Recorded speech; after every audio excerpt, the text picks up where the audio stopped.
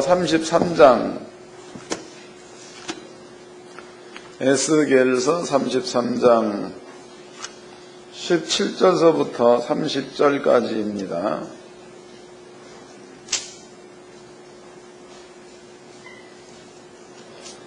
에스겔서 33장 17절로 30절까지 29절까지 다같이 한 목소리로 합독하도록 하겠습니다. 시작. 그래도 내 민족은 말하기를 주의 길이 공평치 않다 하는도다. 그러나 실상은 그들의 길이 공평치 아니하니라. 만일 의인이 돌이켜 그 의에서 떠나 죄악을 지으면 그가 그 가운데서 죽을 것이고, 만일 악인이 돌이켜 그 악에서 떠나 법과 의대로 행하면 그가 그로 인하여 살리라. 그러나 너희가 이르기를 주의 길이 공평치 않다 하는도다. 이스라엘 족속아, 내가 너희의 각기 행한 대로 심판하리라 하시니라. 우리가 사로잡힌 제12년 10월에 예루살렘에서부터 도망하여 온 자가 내게 나와 말하기를 그 성이 함락되었다 하였는데, 그 도망한 자가 내게 나오기를 전날 저녁에 여호와의 손이 내게 임하여 내 입을 여시더니 다음 아침 그 사람이 내게 나옴을 임시에 내 입에 열리기로 내가 다시는 잠잠하지 아니했었노라.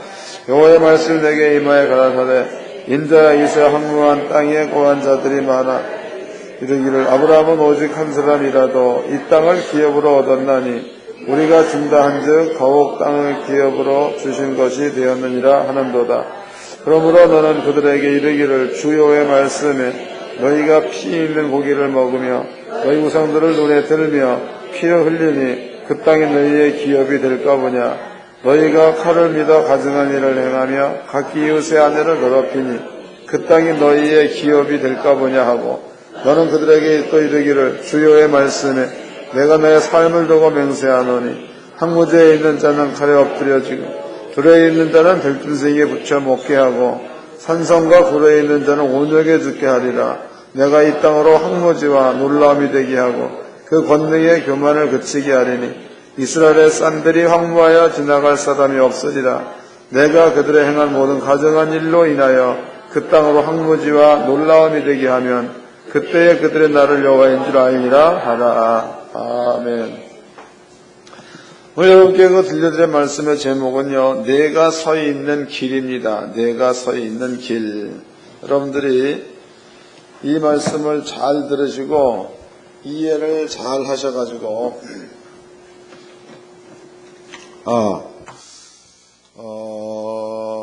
잘못된 길에 있으면은 주님께서 원하시는 자리로 옮겨 오시기를 바랍니다. 먼저 이제 여러분들이 그 한 가지를 깨달아야 될 것이 있습니다. 에스겔서 18장을 보겠습니다. 에스겔서 33장은 접어 놓으세요. 18장.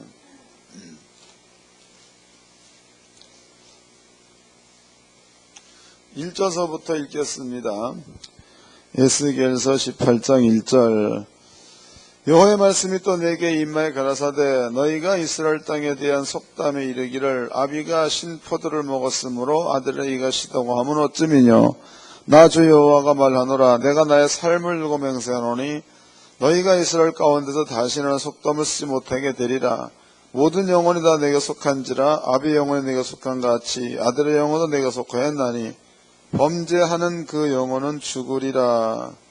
사람이 많이 의로워서 법과 의를 따라 행하며 산 위에서 재물을 먹지 아니하며 이스라엘 족속의 우상에게 눈을 들지 아니하며 이웃의 아내를 더럽히지 아니하며 월경 중에 있는 여인을 가까이 하지 아니하며 사람을 학대하지 아니하며 빚진 자의 정당물을 도로 주며 억탈하지 아니하며 줄인 자에게 식물을 주며 벗은 자에게 옷을 입히며 변을 위하여 꾸지 아니하며 이식을 받지 아니하며 스스로 손을 금하여 죄악을 짓지 아니하며 사람 사이에 판단하며 내 율례를 쫓으며 내 규례를 지켜 진실히 행하면 그는 의인이니 정령 살리라. 나 주 여호와의 말이니라. 가령 그가 아들을 낳았다 하자 그 아들이 이 모든 선은 하나도 행치 아니하고 그 악 중 하나를 범하여 강포하거나 살인하거나 산 위에서 재물을 먹거나 이웃의 아내를 더럽히거나 가난하고 궁핍한 자를 학대하거나 억탈하거나 빚진 자의 전당물을 돌어주지 아니하거나 우상에게 눈을 들거나 가증한 일을 행하거나 변을 위하여 꾸이거나 이식을 받거나 할진대 그가 살겠느냐 살지 못하리니 그 모든 가증한 일을 행하였은즉 정령 죽을지라 자기의 피가 자기에게로 돌아가리라 그랬죠. 여기서 이제 하나님께서 선지자 에스겔을 통해서 내가 너희한테 이러이러한 속담을 다시는 쓰지 못하게 하겠노라라고 선언을 합니다. 선언. 그런데 그 속담의 내용이 아버지가 신포도를 먹었으므로 아들의 이가 시다고 함이 어찌미뇨 그랬죠. 그러니까 아버지가 신포도를 먹었습니다. 그럼 저 밑에 있는 아들이 있다가 아이고 이빨이 시다. 그럴 수는 없는 건데 그런 속담을 쓴다는 거죠. 근데 그 속담의 근원지가 어디냐? 속담의 근원지가 조상이야, 조상. 조상의 죄의 값이지요. 조상의 죄의 값을 자손이야. 자손이 받는다예요. 받는다. 이제 그 속담을 이해하겠죠. 아버지가 신포도를 먹었는데 아들의 이가 시다고 함이 어찌미뇨 이러한 속담이 있다는 거예요. 그 속담의 근원지가 조상이 죄를 지었으면 후손들이 그 죄값을 받는다라는 뜻에서 그런 속담이 생겼다 그 뜻입니다. 근데 그 뒤에 기록해 놓기를 하나님께서 내가 나의 삶을 두고 맹세하노니 하나님께서 하나님의 이름을 걸고 맹세하노니 이런 속담은 안 맞는 거다라고 아버지가 얘기한다는 거예요. 그 다음에 쓰고 있는 말이 만약에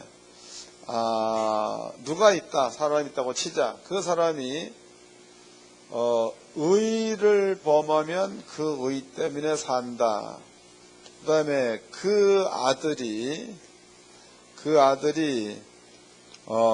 죄를 범하면 그 죄 때문에 죽는다 그랬죠.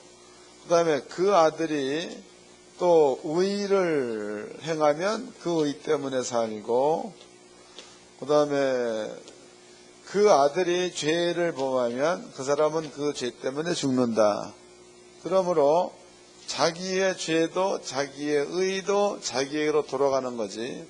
조상이 잘못한 것 때문에 그 죄값을 대신 받는다라는 그 말은 거짓말이다. 이 얘기를 지금 하고 있는 거다고.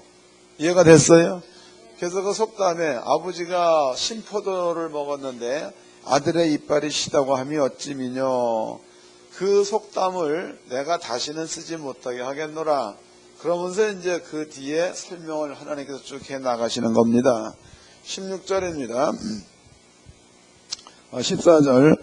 또 가령 그가 아들을 낳았다 하자 그 아들이 그 아비의 행한 모든 죄를 보고 두려워하여 그대로 행하지 아니하고 산 위에서 재물을 먹지도 아니하며 이스라엘 족속의 우상에게 눈을 들지도 아니하며 이웃의 아내를 더럽히지도 아니하며 사람을 학대하지도 아니하며 전당을 잡지도 아니하며 억탈하지도 아니하고 줄인 자에게 식물을 주며 벗은 자에게 옷을 입히며 손을 금하여 가난한 자를 압제하지 아니하며 변이나 이식을 취하지 아니하여 내 규례를 지키면 내 율례를 행할진대 그 사람은 그 아비의 죄악으로 인하여 죽지 아니하고 정령 살겠고 그 아비의 죄를 아들이 담당하지 않는다 그 뜻이죠. 18절입니다.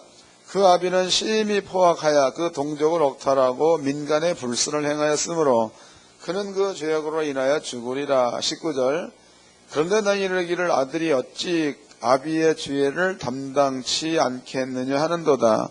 아들이 법과 의를 행하며 내 모든 율례를 지키 행하였으면 그는 정령 살려니와 범죄하는 그 영혼은 죽을지라.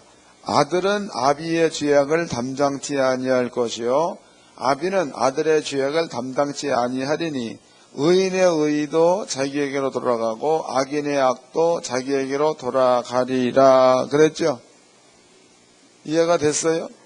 그 다음 절입니다. 21절. 그러나 악인이 만일 그 행한 모든 죄에서 돌이키어 떠나 내 모든 율례를 지키고 법과 의를 행하면 정령 살고 죽지 아니할 것이요 그 범죄한 것이 하나도 기억함이 되지 아니하리니 그 행한 의로 인하여 살리라. 이것은 한 사람의 생애를 말하는 거죠.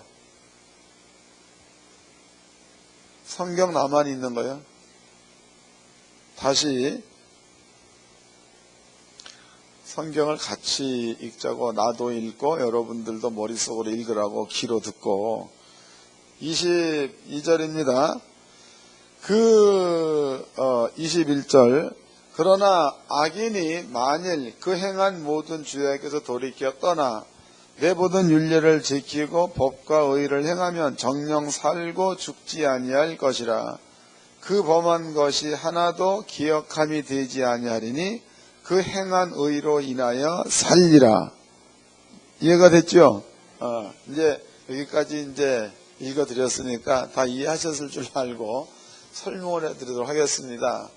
지금 에스겔서 18장에 기록되어 있는 이야기입니다. 에스겔서 18장. 이 말은 구약 성경에서 이스라엘 민족이 하나님께로부터 법을 받을 때입니다. 그때가 광야에서 법을 받았다고. 그리고 그 광야에서 쓰여진 책이 전부 다 몇 권이냐? 5권이죠. 5권. 첫 번째는 창세기, 그 다음에 출애굽기, 그 다음에 레위기, 민수기, 신명기서입니다. 요 창세기, 출애굽기, 레위기, 민수기, 신명기서는 이스라엘 민족한테 나라가 주어지기 전에 쓰여진 글이라고. 그럼 여기에서 레위기서입니다. 레위기서 20장 9절쯤에 보면 여기에 하나님께서 네가 지은 죄는 내게로 돌아가고 네가 지은 의도 내게로 돌아간다. 이렇게 기록되어 있다고. 레위기서 20장에 찾아보도록 하겠습니다. 레위기서 20장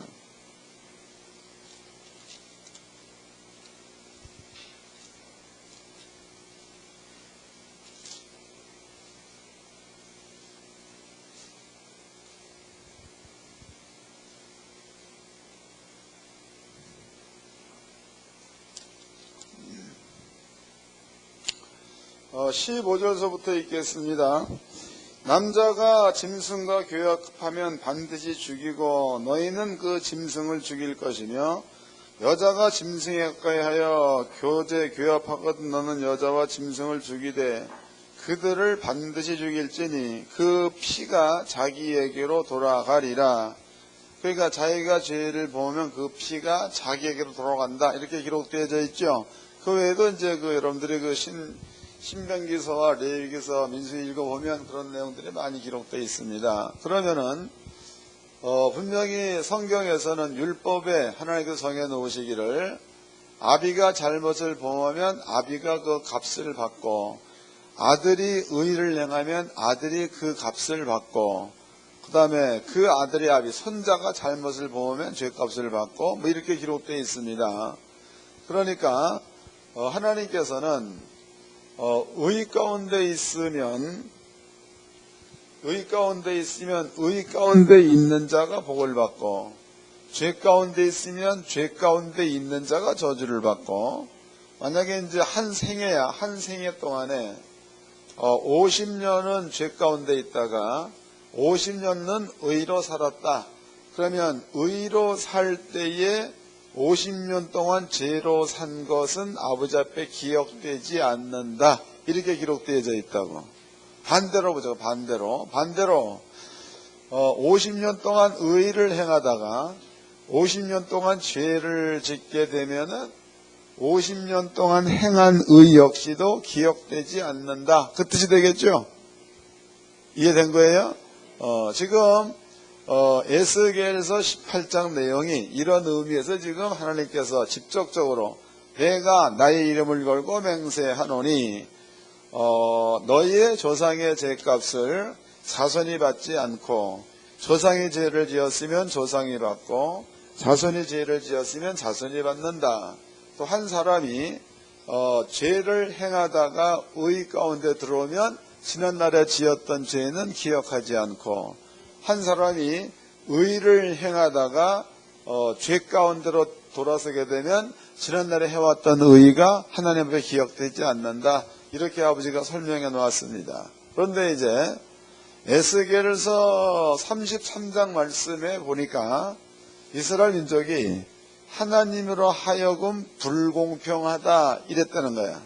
하나님으로 불공평하다. 왜냐하면 의를 행하였는데도 죄값이 있게 만들고, 그 다음에 죄인 같은데도 잘 사는 것을 보니까 아버지의 판단이 불공평하다, 그렇게 말한다는 거죠. 근데 아버지의 대답이, 그것은 너희가 불공평한 자리에 있기 때문에 내가 불공평한 것으로 보인다 그랬다고. 이해가 됐어요? 바꿔 말하면 여러분들이 공평한 자리에 있으면 하나님을 공평하다 본다는 거고, 맞나? 여러분들이 죄 가운데 있으면은 하나님으로 불공평하게 본다, 이런 뜻이 되는 거다고. 이해가 됐죠? 이것을 이제 우리가 개개인에게 한번 이렇게 접목 좀 시켜보도록 합시다. 여러분들이 좀 세미한 부분까지도 깨닫는 이러한 시간이 되었으면 합니다. 법이라는 것은 왜 세워놓았는가 하면, 법이라는 것은 자기의 자신이라든가 또 나라의 어떤 질서를 세우기 위해서 법을 세우는 겁니다. 법. 그런데 법을 통해서야만이 죄를 알 수가 있다는 거죠. 법이 없으면 죄를 모른다는 거예요. 이 말의 뜻이 뭔 뜻이냐 하면, 여러분들이 만약에, 이건 내 이해를 좀 들어보도록 하자고, 내 이해입니다. 얼마 전에 제가 거기에 삼성전자 센터에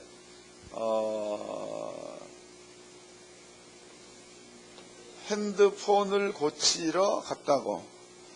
핸드폰을 고치러 가는 거 도중에 길이 너무 좁아가지고 여기에 서 있는 차가 이제 백밀러로 이렇게 내놨는데, 여기를 지나가다가 백밀러와 백밀러끼리 부딪혔어요. 그게 제 백밀러가 이렇게 접혔다고.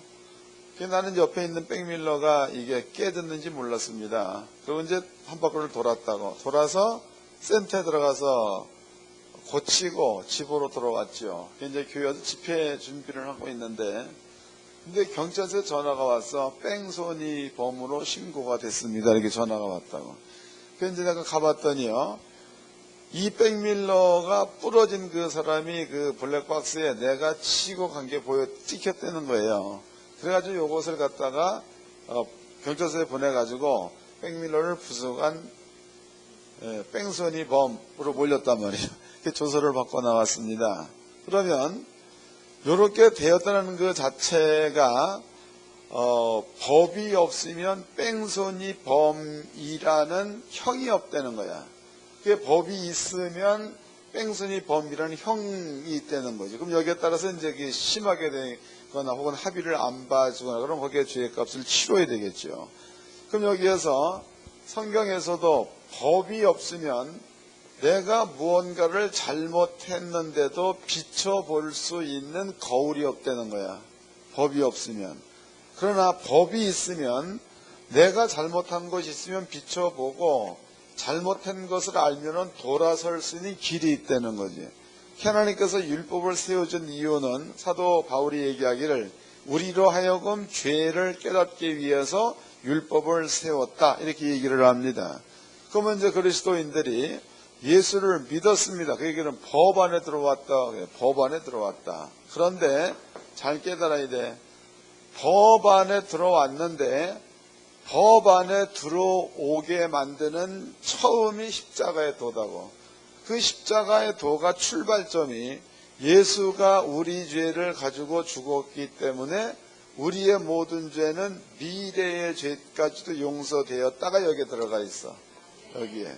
근데 여러분들이 만약에 그 사실을 알고 있으면서 죄를 지으면서 생각하기를 이 죄를 예수가 짊어지고 갔으므로 이 죄를 져도 죄가 되지 않는다라는 개념으로 그 죄를 짓게 되면은 결과적으로 하나님의 말씀대로라면 예수를 믿는 믿음이 그 속에 있는 게 아니라 자기 속에 있는 잘못을 합리화시키기 위해서 십자가의 도가 필요한 거다가 되는 거다고. 그러면 그 사람은 예수를 믿는 거예요? 안 믿는 거예요? 이해가 되세요? 그 사람들은 예수를 믿는 게 아니라 예수를 빙자해서 자기가 지으려는 죄를 합리화시키는 거니까 이런 사람은 예수를 믿는 게 아니라는 거죠. 오늘 우리가 본문에 읽어봤던 내용 가운데 중요한 게 개인이야. 너희가 만약에 의를 행하다가 계속적으로 죄 가운데 머물러 있으면 지난날에 행했던 의가 아무것도 아니요.